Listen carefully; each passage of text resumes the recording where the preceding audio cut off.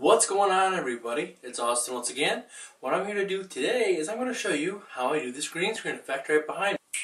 Now, I'm in front of a green screen. Obviously this isn't the most professional looking screen. I've seen worse, but obviously there are better. The idea behind the green screen is to try to get a color kind of like that there, dispersed the entire way, so that once you go into a program like After Effects or a different type of compositor, you can actually go ahead and you can key out that color to put whatever you want behind you. It can be a background like that, a static background, a dynamic background, whatever, or just put yourself into a shot that you actually weren't in before. So what I'm going to do today is I'm going to show you how I set up my green screen. This is not a professional setup by any means. I mean any means. It's working for me right now, but that's all I can do because I don't have the budget to go ahead and, well, buy all these expensive lights and everything. Let's get right into it. Alright, here I am. Again, we're a little bit further back, a little bit more of me in the screen, more the outskirts of the screen are actually in the take. You'll notice there's a few things that may look a little weird. I have a light over there. It's a little out of frame, but I'll show you in a second. There's another light down there, right underneath that light, and there's a big TV screen here on a white light, pretty bright light, and then another light underneath that.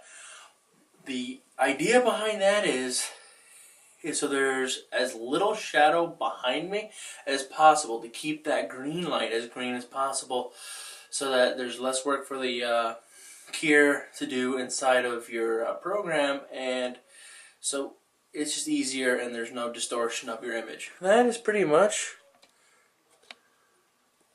just your regular ordinary clip light. That's all it is. Your ordinary clip desk mic, or desk clip light, and well, as you can see, that's kind of a hard light there. So I'm taking this regular white t-shirt and I put it over it, because again, I don't have money or resources to get diffused paper to diffuse this light as much as I would like. It's a little bit, the light isn't as hard there, but it will do. As you saw at the beginning, it does its job by the time it gets to the part where I'm actually going to be standing in front of. And down there, there's another light clipped. Actually just clipped straight onto a bed, with the same type of thing. That leaves a shadow on the tripod, but the tripod's never in frame. As you can see, that'd be great just for someone to stand in front of, and it works. As I mentioned before, right down there, there's another, actually there's a lava lamp, and that's doing the same thing. And the TV, so you can see, is stuck on a white-ish screen, the lightest screen I can find, because it actually is throwing a lot of light onto that screen.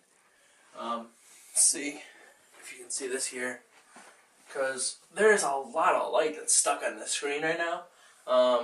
Let me show you what happens when I actually go and I shut the screen off. Ready? The screen is off, and you might not be able to see it as well, but I can definitely see it.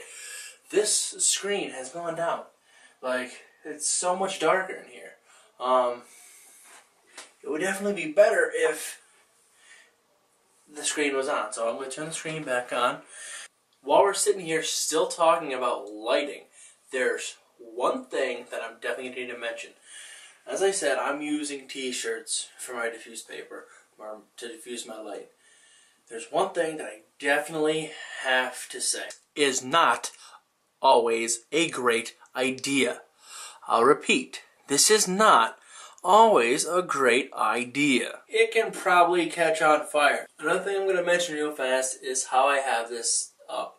I'm not sure if you can see it real well, but that's Velcro right there. Velcro up there at the bottom. This isn't the most professional way to set it up. What I'm showing you is how I set it up. Pretty much just the main idea behind this is you want enough light on your actor. I actually have the idea through the window, the side of me on the TV, and I also just have a regular light on. I didn't show you that, but that's pretty much self-explanatory. And well, just enough light so not a lot of shadow will cast behind you when you move, or at least be standing in a way so the light will not allow the shadow to be cast. Obviously there's shadow there. That will be problematic if you started doing like that. So I'll catch you guys later. There'll be another tutorial up on rotoscoping or masking either before or after this. Just go check that out and let me know what you think. Alrighty guys, till next time.